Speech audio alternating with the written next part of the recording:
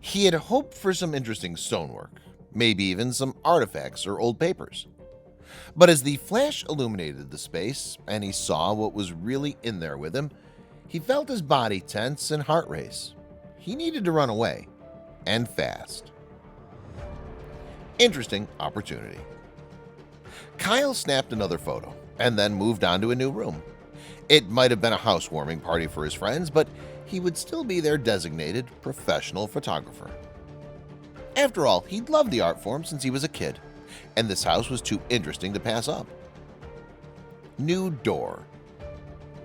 You could tell the Abor residence was steeped in history just by looking at the design. He parted on the crowd and wandered into the basement.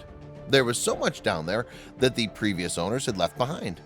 As he sifted through the piles, looking for interesting snapshots, he noticed a rusted door latch. Dark tunnel. His curiosity spiked and he scrambled to see what was behind. Inside was moss-covered bricks that trailed off into the darkness.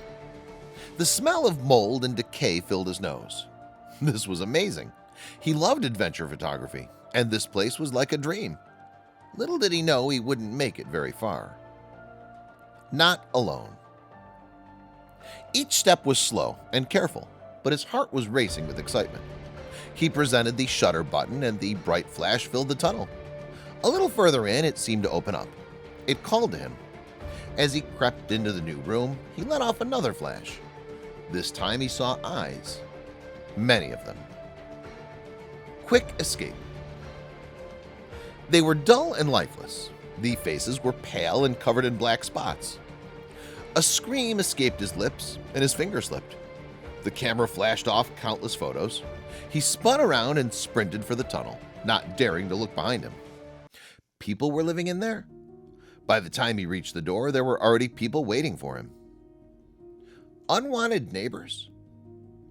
Kyle ran into his friends. They'd heard his screams and came to inspect. He pointed down the tunnel. There were people in there. He handed his camera to his friend so he could find something to bar the door with. The rest huddled around the monitor to check the photos. One of them gasped. "Call the cops." "You saw this down there? You sure?" his friend asked. Kyle explained what he'd seen as he held his body against the door for extra safety. It only got worse when another pulled out the phone and called 911. What else was in those photos? How much danger were they really in? Something else. "You can get away from the door," his friend said. "It's not what you think." Kyle shook his head adamantly and stood firm. But when they turned the monitor around to show him the truth of the pictures, he felt his face turn bright red. Portraits. They were indeed eyes and very lifeless because they were portrait drawings. And it wasn't just one or two, there were dozens. And under each picture were two letters. There was one photo in particular that made him understand why the cops were coming. It even made him want to stay far away. Cave-in. One of the accidental photos showed the far end of the room was collapsed.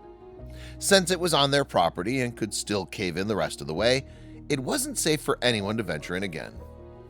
The next day, when the cops finally arrived, there was another surprise waiting. Old secrets. The officers immediately sealed it up, but it wasn't just for the family's safety.